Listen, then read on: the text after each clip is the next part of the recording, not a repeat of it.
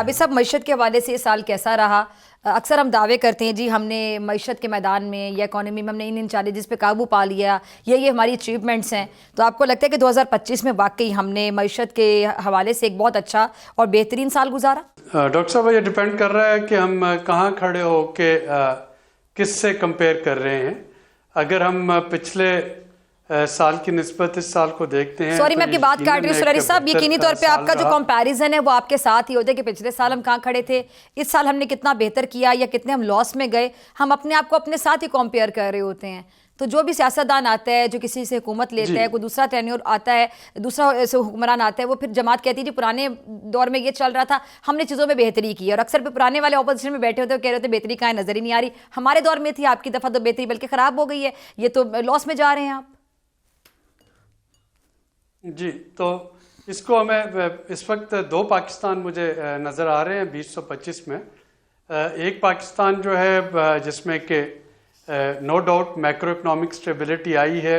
अगर हम पिछले साल से कंपेयर करें तो इस साल हमारे स्टेट बैंक के जो ज़र मुबादला के ज़खायर हैं वो भी बेहतर हुए हैं। जो इन्फ्लेशन यानी महंगाई में इजाफे की शरह थी उसमें भी कमी आई है। जो स्टेट बैंक का इंटरेस्ट रेट है वो भी कम हुआ है। जो हमारा बैलेंस ऑफ पेमेंट का क्राइसिस और डिफ़ॉल्ट होने का ख़तरा था वो भी टल गया। जो हमारा रुपया है अगर आप उसको देखें तो रुपया रेंज बाउंड रहा, उसके वो जो डॉलर के मुकाबले में वैल्यू थी उसमें इस्तेहकाम रहा। अगर हम अपनी क्रेडिट रेटिंग को देखते हैं तो हमारी क्रेडिट रेटिंग तीन एजेंसीज होती हैं जो कि क्रेडिट रेटिंग करती हैं। उन तीनों ने पाकिस्तान की क्रेडिट रेटिंग को मुस्तहकम करार दिया पिछले साल की निस्बत।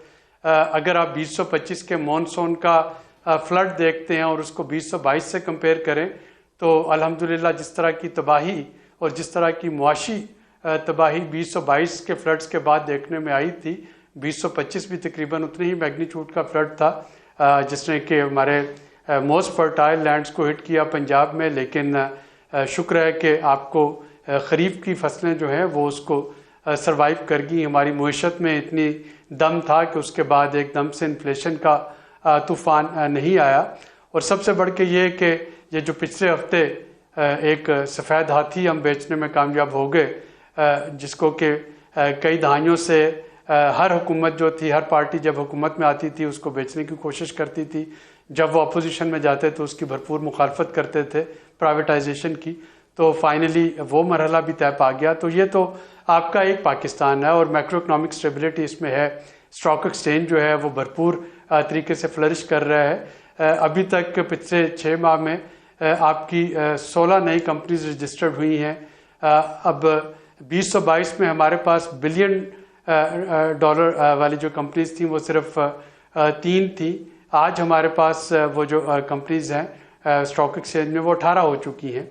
तो ये तमाम वो बड़ी बड़ी हेडलाइंस और ख़बरें हैं जो कि वाकई मुईशत पे हमारे इस्तेहकाम को वो आइडेंटिफाई कर रही हैं कि ये हुआ।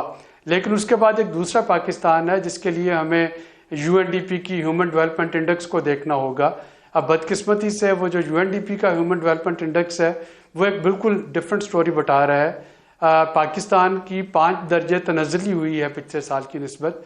पिछले साल हम 164वें नंबर पे थे जो बहुत अच्छा नंबर नहीं था। हम नीचे से जो बॉटम में चंद ममालिक हैं उनमें शामिल थे। इस साल हम 5 दर्जे और गिर के 169वें नंबर पे आ गए। अब अगर हम इसमें देखते हैं कि किन किन चीज़ों पे हम डिलीवर नहीं कर पाए तो लाइवलीहुड अपॉर्चुनिटी यानी रोज़गार के मौके जो हैं वो उसमें पैदा नहीं कर पाए। हम पीने का साफ़ पानी और सैनिटेशन जो है उस तरह की बुनियादी सहूलतें जो हैं वो फ्राहम नहीं कर पाए। जो हमारी 5 साल से कम बच्चों की जो मोर्टेलिटी रेट है उसको हम दुरुस्त नहीं कर पाए। बदकिस्मती से अफ़गानिस्तान के साथ पाकिस्तान दूसरा मुल्क है जहाँ पे कभी तक एक्टिव पोलियो वायरस जो है वो मौजूद है। पिछले कई सालों से कोशिशें कर रहे हैं, हम उसको नहीं रोक पाए। इसी तरीके से अगर आप SDG की रिपोर्ट देखते हैं सस्टेनेबल डेवलपमेंट गोल्स की तो उसमें 3 गोल्स ऐसे हैं जिसमें कि पाकिस्तान जो है अभी भी बहुत पीछे है। गुर्बत के ख़ात्मे में बहुत पीछे है। गुर्बत बल्कि उसमें गुर्बत से नीचे रहने वालों की तादाद में इजाफा हुआ है। न्यूट्रिशन में हम बहुत पीछे हैं, मेल न्यूट्रिशन जो ग़िज़ाई तहफ़्फ़ुज़ है वो नहीं है।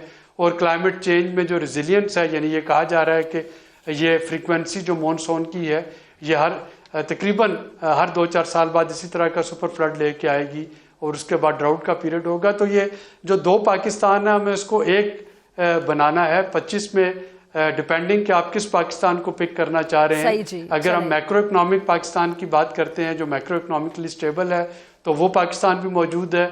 और अगर हमें ये देखना है कि माइक्रो लेवल पे लोगों के उसके पे क्या पॉजिटिव इम्पैक्ट आया या नेगेटिव इम्पैक्ट रहा, सोशल डेवलपमेंट पे हमारी क्या प्रोग्रेस रही, तो उस पे भी इंडिकेटर आपके सामने मौजूद है। जी, मेरा ख्याल है कि 2026 में 3-4 फैक्टर्स हैं जो कि हमें जहन में रखने हैं मुईशत के लिहाज से। कुछ तो एक्सटर्नल है, पहला तो जियोपॉलिटिकल सिचुएशन है, वो हमारी मुईशत पे वो अफेक्ट कर सकती है। दूसरा जो है वो आलमी मंडी में तेल की कीमतें हैं कि तेल की कीमतें क्या वो, जैसे हमें पिछला पूरा साल एवरेज $60 पर बैरल पे तेल मिलता रहा, तो क्या वो इसी पे रहेंगी? अगर तेल की कीमतें $80 पर बैरल से ऊपर चले जाएं तो हमारी मुईशत के लिए मुश्किल शुरू हो जाती है। और तीसरा सबसे इम्पोर्टेंट मॉनसून है कि अगला मॉनसून कैसा रहेगा। तो ये 3 जो है ये तो हमारे एक्सटर्नल फैक्टर्स हैं। जो चौथा इम्पोर्टेंट फैक्टर है मुईशत के लिए, वो उसके लिए किसी IMF के कर्जे की ज़रूरत नहीं, उसके लिए किसी वर्ल्ड बैंक के कर्जे की ज़रूरत नहीं, वो डिस्ट्रीब्यूशन स्ट्रेटजी है कि ये जो समरात हमने हासिल किए हैं 2025 में मुआशी महाज पे, उसको हम आवाम को अगर डिस्ट्रीब्यूट करना चाहें तो उसकी स्ट्रेटजी एक अलहदा होती है जिसको डिस्ट्रीब्यूशन स्ट्रेटजी कहते हैं, और उस पर अब फोकस करना होगा 2026 में।